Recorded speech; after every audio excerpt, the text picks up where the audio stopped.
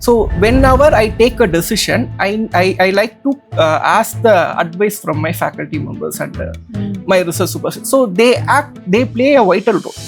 Definitely, as an educator, I always have felt, students' smile is the best credit for the day. So once I joined GIBS helps me to break that, because each and every week we have the group discussion. We have this public speaking. And because of that placement training, that is a separate training we have. Yes. So all these training really helps me a lot. I can able to see my transformation. That is the most important thing. If you ask me that 10 years, 12 years before how you have been there, it's a complete transformation. Because I'm witnessing a lot of students who are struggling to break themselves out of that bubble. They are into that bubble. How did you break that bubble? Utilize the opportunity and do it. If it goes wrong, nothing is going to happen. If something is go wrong when you are in a position, in a top manager or HR recruiter, if you are in a higher position, if you do some mistake, then it is wrong.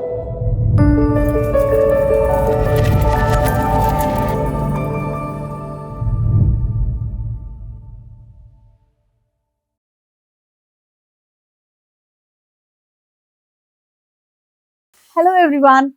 Welcome to the Illumini Podcast powered by GIBS Business School Bangalore, where we explore inspiring ideas and journeys in innovation, research and entrepreneurship. I am Nancy Johnson, Head of Corporate and Alumni Relations at GIBS Business School, and I will be your host for today's exciting conversation.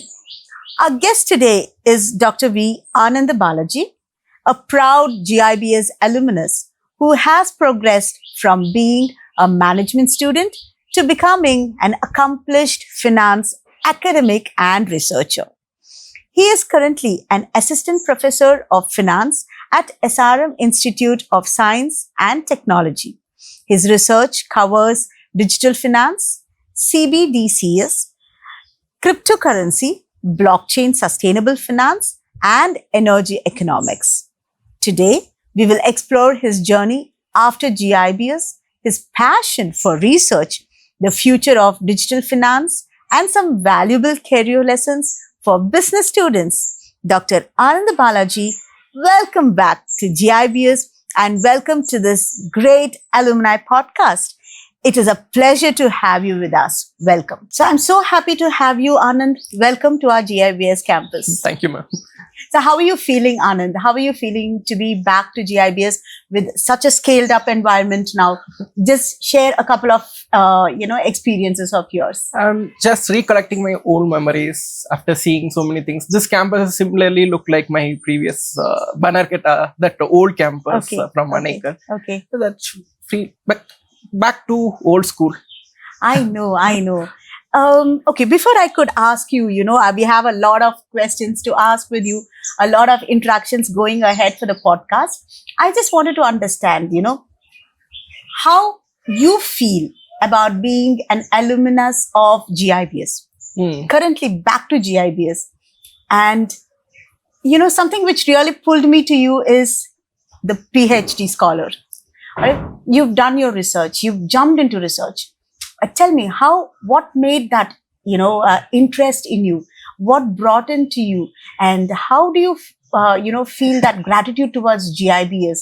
And what did you learn in GIBS? A management student getting into research. Wow. Could you please tell more about that? The research has not happened within a day or not even for a month. When I'm joined GIBS, that time itself, I have to do a PhD. This is what in my mind. If someone asks that where you want to see yourself in the next 5 years, I will say that I wanted to complete my PhD. I want that doctorate. Excellent. So this thing which always in my mind. So after completing my MBA in the GIBS, I decided that, okay, let's wait for some time. Let's gain some experience from the industry. So after that, we will go for the PhD. So I worked in a private company for 2 years. So after that, I started my own business. Own business is a photo video business, which my father already doing it in Trichy. So I just expanded to some other part in Trichurapalli. But you know that Corona time. So Yes. because of COVID, most of the business face problem. So like that, in my business also, one of the business which faced problem because of that Correct. COVID. So it's completely zero. I'm telling you that one moment I lost everything.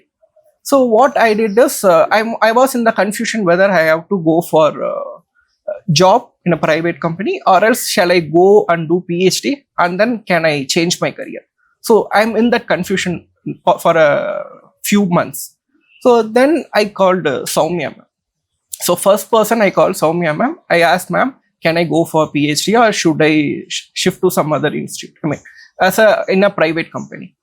Ma'am suggested me that this is the right time to do PhD because once you enter into academics, you don't have time for research and all. Correct.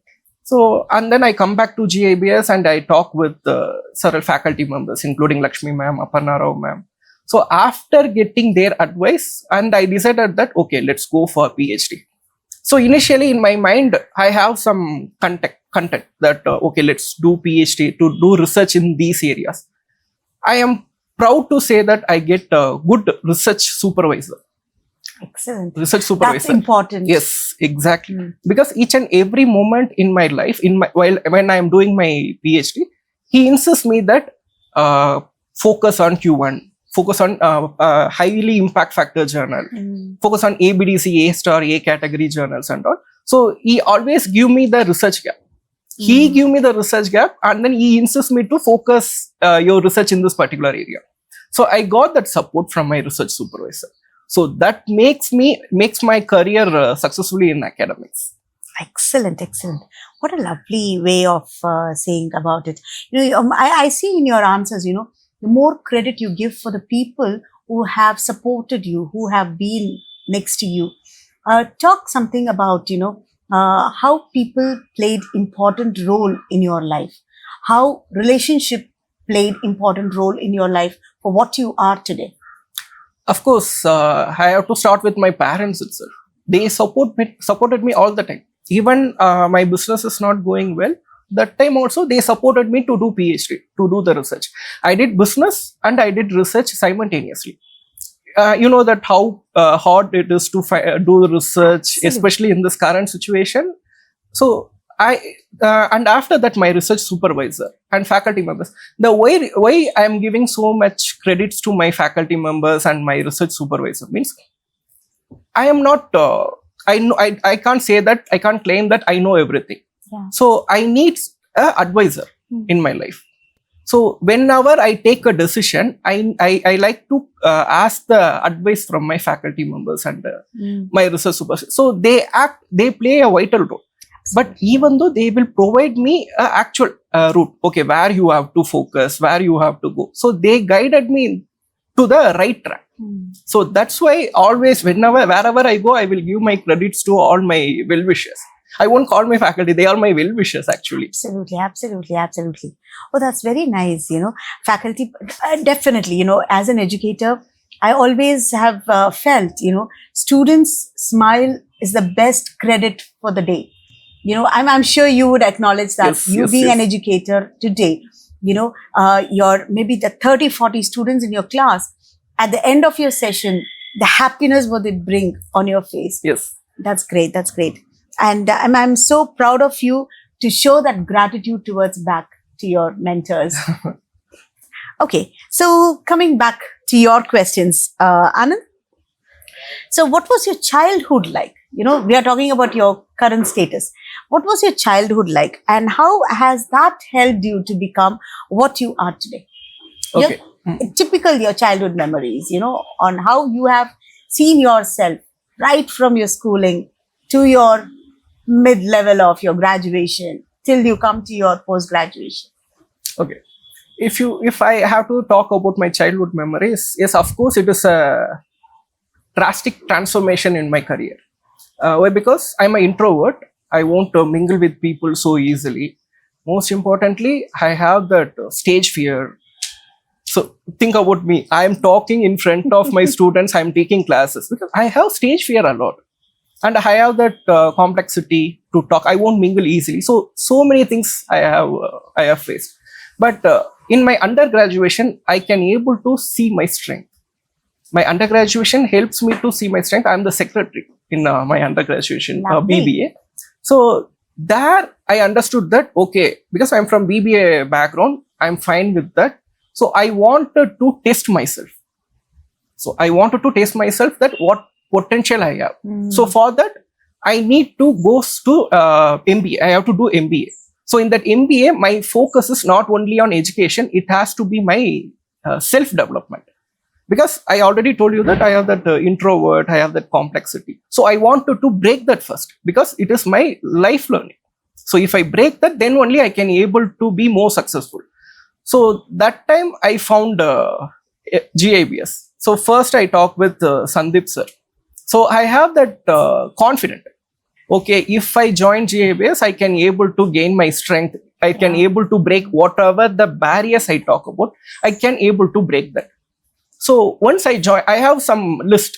It has to be multicultural. The institute has to be multicultural, and it has to be the residential B school. This is my most important criteria. When my dad asked me that what is your goal, where you are going to do MBA, I said these two criteria. So once I joined GIBS helps me to break that because each and every week we have the group discussion. We have this public speaking. And because of that placement training, that is a separate training we have. Yes. So all these training really helps me a lot. So most importantly, how to act in a group discussion, where you have to talk, when you have to talk. If you talk in the beginning, what credit you have. If you agree your competitors' content, then how it will react. Okay. So all these things I will get from this GIBS. Not only students, even student also more supportive for me. Here, one student, Cassandra, she is my batch only. She supported each and every student that how to develop your body language. After 8 o'clock, we used to come, we will sit together in the class and she will teach that how to develop your body language, how to you sit, how to you talk. So all these training, not only from the faculty member, I will learn many things from my colleagues also. Yeah, my peer groups. Absolutely. So this kind of environment, I get it here. Very nice, very nice. You know, so lovely people play beautiful roles in our lives. Actually, I can able to see my transformation. That is the most important thing. If you ask me that 10 years, 12 years before how you have been there, it's a complete transformation. How introvert I am. I know that how introvert I won't easily mingle. But now I can't able to sit alone at all. Somehow I will interact with my students. Now I'm interacting, either I will interact with some other researchers regarding my research, with my supervisor, with my colleagues. So completely I'm engaged. So complete transformation is happening. So this transformation, I really like that. I can able to see my transformation. That is what my success. I have a specific question for you, Anand. You told that you were supported by a lot of people, your peers. You mentioned your classmate Cassandra, who helped you to transform. But definitely transformation never happens from any external source alone. All right. It needs some intrinsic motivation. All right. Something internally, I should prefer the change within myself. Only then I can change. I cannot change just because Anand is telling me. I cannot change just because some XYZ person is coming and telling me, Nancy, you have to do this. You have to change like this. No, the change should come from within. So somewhere you have played an important role in your own life to transform yourself. How did you break that? Please tell me. How did you break that barrier which stopped you from, okay, I'm not going to brand saying introvert, extrovert and all, because I feel these were the vocabularies used in the last maybe a decade or so. I haven't encountered these, typical words during my childhood also. Okay. All right. Because yes, I am being sober, that is different, but that is an understanding from within. But currently, I see most of the students, they brand themselves like this. Yes. Right. So, Anand, I'm little curious to know, how did you break that? All right. Take me through the journey of your personal transformation. Because I'm witnessing a lot of students who are struggling to break themselves out of that bubble. They are into that bubble. How did you break that bubble? Actually, I always look for an opportunity. Of course, I decided that, okay, today I have to do the public speaking, or I have to talk in the group discussion. This I have in my mind. I'm looking for the opportunity, that because I can't able to do it just by myself itself. I need an opportunity. Someone has to offer that. So I look for that opportunity. So here I get that opportunity. Faculty members or a resource person from other institute or from the corporate, or any group discussion which they are conducted by the resource person. So that time they will ask volunteers. So I take that opportunity, whether if it is right or wrong, let's do it. So whatever the mistake I'm going to do it is going to happen for the 2 years only. So after that, I'm going to learn. If I do it wrong, I will learn from my mistake, and next time I'm not going to repeat that same. So I break it by myself by taking that opportunity, and I'm great. So let me rephrase it. You grab that opportunity without focusing on the outcomes. Yes. The outcome may be positive, may be negative. And that positive or negative is only for us. Correct? So today, most of the students, they face judgmental fear on judgments. Alright, people get scared about what others would think. Can you talk about, now currently you are an assistant professor. You work with students, you face students. So maybe you can be judged by students, or you may judge the students. Now, how do you break that judgmental fear, maybe for you or for the students? How do you build that trust? Okay. First of all, from myself, I generally won't judge people. So whenever I see people, even if I'm seeing my student, if he is not ready to present in my class, if he have that complexity to talk in front of people, I won't judge. I generally, what I used to do is, I will go and sit with him. I will motivate him. Just go. So nothing is going to happen, because I know, because before him, I am in his situation. Before he is in that situation, I am the person who is in that same situation. So I can understand his feeling. So I will talk to him, and then I will motivate him. If you are going to do any mistake, it is not going from outside the classroom. So here everyone is your friends, because I get this opportunity. If I do a mistake, my friends will correct me. If someone is doing a mistake, I will correct their mistake. So this is how I did in my graduation. So I ask this, I implement the same, I advise the same thing to my students. So just go it, just do it. Because if you think that, okay, what if I speak wrongly, if it may goes wrong. So in this situation, they have this kind of thought makes them to stay like that. So it is our responsibility to tell the students that nothing is going to happen. This is your practice. Do utilize the opportunity and do it. If it goes wrong, nothing is going to happen. If something is go wrong when you are in a position, in a top manager or HR recruiter, if you are in a higher position, if you do some mistake, then it is wrong. Then it will goes wrong. But if you do all the mistake here, then you need not to worry about that what is going to happen in that future. So first of all, break it. Beautiful, beautiful. Well said. Okay, when did you first realize that research and academia could become your profession? You were talking about your interest in research, where it started with all your peers and faculty members. How did you choose this as a profession? When did this start?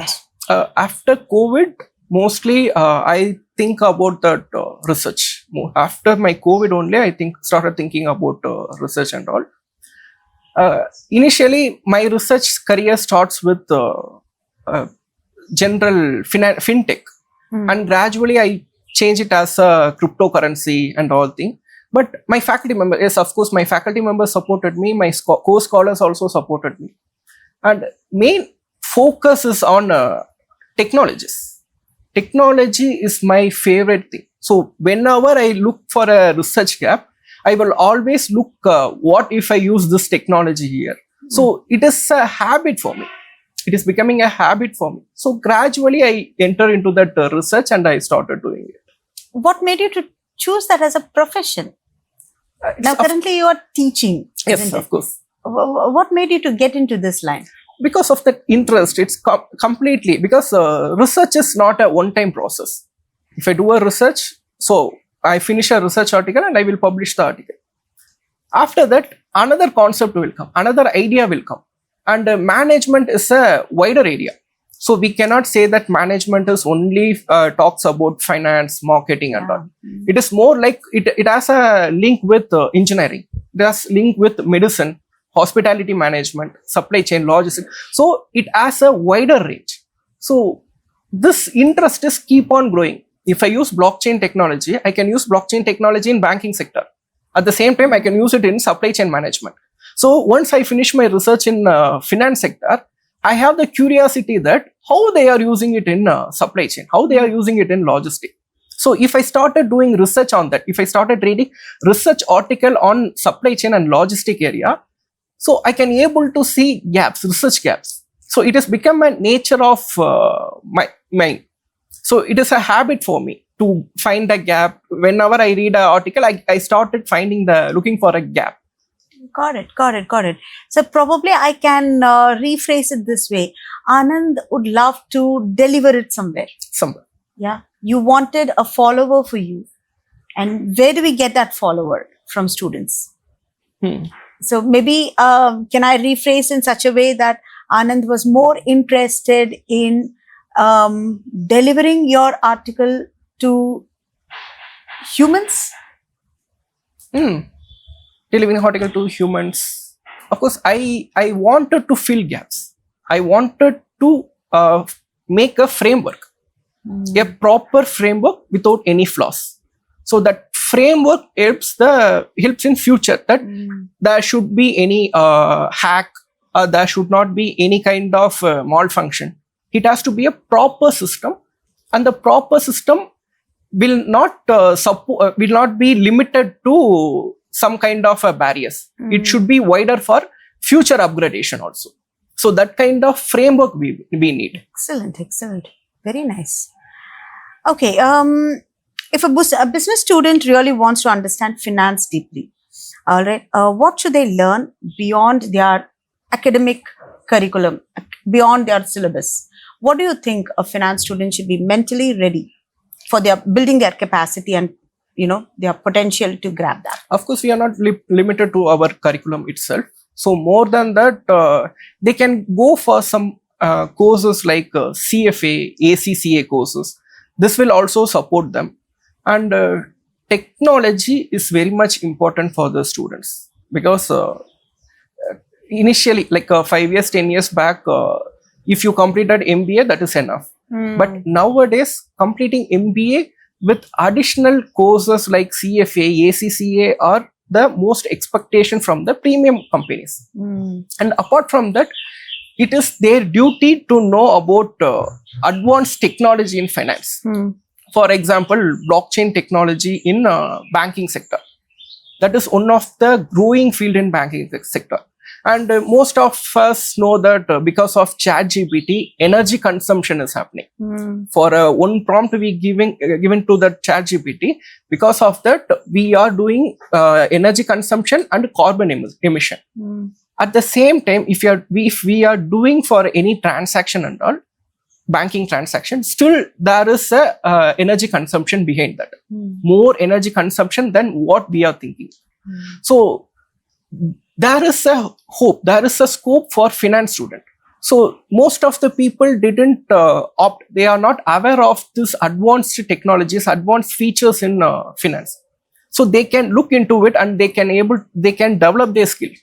And more than that, stock market, our students have very good scope, especially mortgage banking, and there are many more things out there. But generally, students are not aware of it. So they have to take risk. It's not limited to investment or intraday trading alone. There is a scope. There is a scope for IPO and all things. So they can start their career in those areas also. Get that. Beautiful, Anand. Anand, yeah, this question seems to be quite interesting. Should we were talking about deep into research, because Anand is so much, because it was like kind of flashing me how curious I was, to know that, wow, a business student getting into research. Now, my question is, Okay. should every business student, do you think, Okay. all right, now you are teaching business management students. Do you think every business student should get into research? Of course. Every business student have to get. Why? Because research is not limited, and there is a more scope for us, and there is more gap also for the research student. So every student have to. If you ask me that, if you are an MBA student, better publish an article in good journal, research, because everyone is having the project. You completed your syllabus, so after completing your syllabus, where you are going to claim that I know this. So if you are doing some research, end of the semester, you have a project. So in that project, sit and work in a proper area. Find your area, find your domain. For example, if it is a marketing, don't limit. Marketing is a wider area. Choose particular thing, consumer psychology or consumer behavior. Go more deeper into that. Take a model, take a theory, prepare a questionnaire, collect the data, do a proper analysis. Correct. We have all the sources. If we go to our library, we can get research methodology book. We will get the statistics book. So by using these basics, we can easily understand that how to frame a questionnaire. So after collecting the data, do analysis. Do by using smart PLS or regression. Go sit and do it. Faculty members are here to support you. Yeah. So prepare a proper research article. If it is possible, go for it. And I won't recommend for UGC Catalyst alone. Go for Scopus Q1 with good impact factor, because most of the students are already doing this. They are doing research and they are publishing article. Even MBA students are doing that. So of course, all the students have to do that. Even they can able to show it in their resume. Correct. For that job opportunities. Absolutely. Companies do prefer that as well. Absolutely. Very nice. Rightly said that, that works miracles to have that. Companies would love to have people who have got into research. So, what is your most memorable research rejection? You would have definitely faced rejections, right? Your research rejection, what did that teach you? Okay. The first rejection, for the first 1 year, I face only rejection, especially desk rejection. If I submit my article in the evening, tomorrow morning, I will get the notification, your article is rejected. And most importantly, after 2 years, after nearly 4 revision, one of my article get rejected. And later on, I find the gap that where I am lagging. So this is the initial phase of my life. So initially, when I start doing my research, this is what I faced. And then I get the opportunity, I get that spark that where I am lagging. Why? Because we are doing research only from the pure finance or pure marketing. So what company is expecting is interdisciplinary research. So I understood that. Cross-functional. So I understood that. So after that, even if I get rejection after 1 or 2 revision, but I'm not facing this rejection now. So that is what. So in that rejection, I understand that how the research is evolving, how the research is going on right now. So rejection helps me. For example, recently, 2 years back, one article get rejected.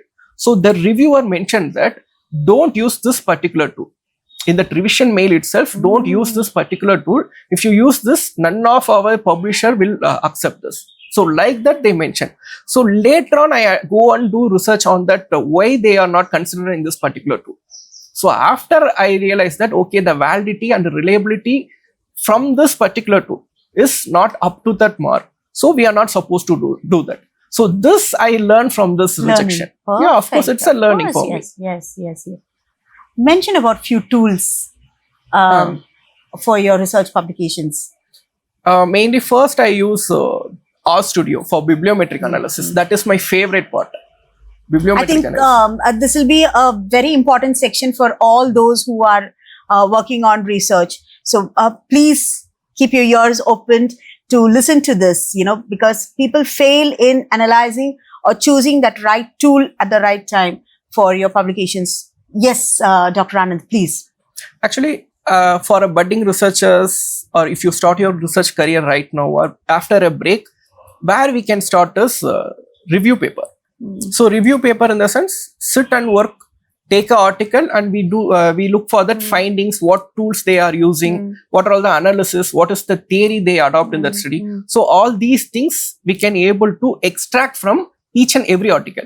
For example, if there is 500 article, we have to do the same process for all the 500 article. So to extract all this thing, of course, we need patience. So for that, we use that tool called bibliometric analysis by using RStudio or WAS Viewer. So these tools are mandatory for all the budding researchers. I'm not asking them to publish article immediately by using that tool, because to write a review article, we need a wider knowledge in that particular area. So for that, we can start with bibliometric analysis. Second one is we can go for Smart PLS, CBSIM. So Smart PLS, CBSIM is now in Smart PLS also, or else we can go for Amos software. That CBSIM, we can, instead of doing regression by using SPSS, Smart PLS is the next advanced tool. Most of the researchers will use right now, they use for that primary research. I collected the data from the consumers. Now I have to frame a model. It might be technology acceptance model or technology readiness model. By using that, we can, by using this particular software, we can do this analysis. So it tells about that how valid the data is, factor loading, cron-batch alpha, direct relationship between the variables. And we can also go for that ANN analysis, artificial neural network analysis, that we can do it by SPSS. It will tells that which factor have most impact between rest of the independent variable. So those kind of tools are very interesting also at the same time, and like a game. So each and every time we will learn something. If it is not valid or reliable, of course we have to start from the beginning. Correct. So it is a cyclic process. So these are all the analysis which are really interesting, and for budding researchers, they can start with these tools. Excellent, excellent. Thank you for taking us through that, Anand. Even for me, even I wanted to know more about that, because somewhere that lagging. So I think it will help all the researchers across, to. Great. So before we come to the end, I have a couple of good rapid fire round for you. Okay. So I'm sure you're going to enjoy this. All right. So just relax. All right. So you were from Anikal campus. Yes. Right? Okay, great. So Anikal campus or Mind Valley? Anikal. One finance skill every MBA student should possess. Skill that MBA student possesses. Finance student. A finance skill. Of course, Excel. Excel for every finance student is mandatory. Excellent. One book every management student should read. Research methodology. Okay. Good. One word to describe your own GIBS. Simply awesome. Amazing, amazing. Anand, you were such a humble personality I have met. Thank you so much for being here, Anand. It was lovely interacting with you. I'm sure people would have got a lot, by listening to this podcast with you. How was your experience in this podcast? Of course, a little bit nervous, and I'm very happy about because I'm coming back to my home. I'm seeing all the familiar faces. I'm seeing my, my alumni, my colleagues what also. What a beautiful statement, to the people who are watching this out. I'm coming back to my home. That says what the institution has rooted inside the heart of every student. And I'm super proud of you, Anand, to really give back to your own institution with, what more we require. When our students go out, they cherish, they nurture themselves, they excel across. And when they come back to their own home and share those experiences, it's just tears in our eyes. So we are very happy to have you back, Anand. So please have your own time across the campus, and we'll catch you up very soon in the near future. Thank you. All right. Would you like to say a few words for the budding management students who are watching this podcast? 2 lines from your end. Yes, of course, for that, my juniors, I will tell you few important things that don't limit yourself. don't limit yourself. This is the place where you can do all mistakes. If it is a mistake, if it is a failure, be happy that you do it very early. And of course, you are going to learn something from your mistakes. And based on this mistake, the learning from the mistake is very important, that you are not supposed to repeat the same. And you should focus on how to enhance this. This is the most important for all the management students. And I'm telling this from my experience, my own personal experience, I'm telling you this. And of course, tools will come and go, Python, Excel, or whatever it might be, that data visualization tools and all. This will come and go. But always, which one is constant for a management student is body language, communication, and most importantly, decision making skill. These three elements, and we can also include analytical skill. These four skills are mandatory for all the students, all the management students, because technology will change.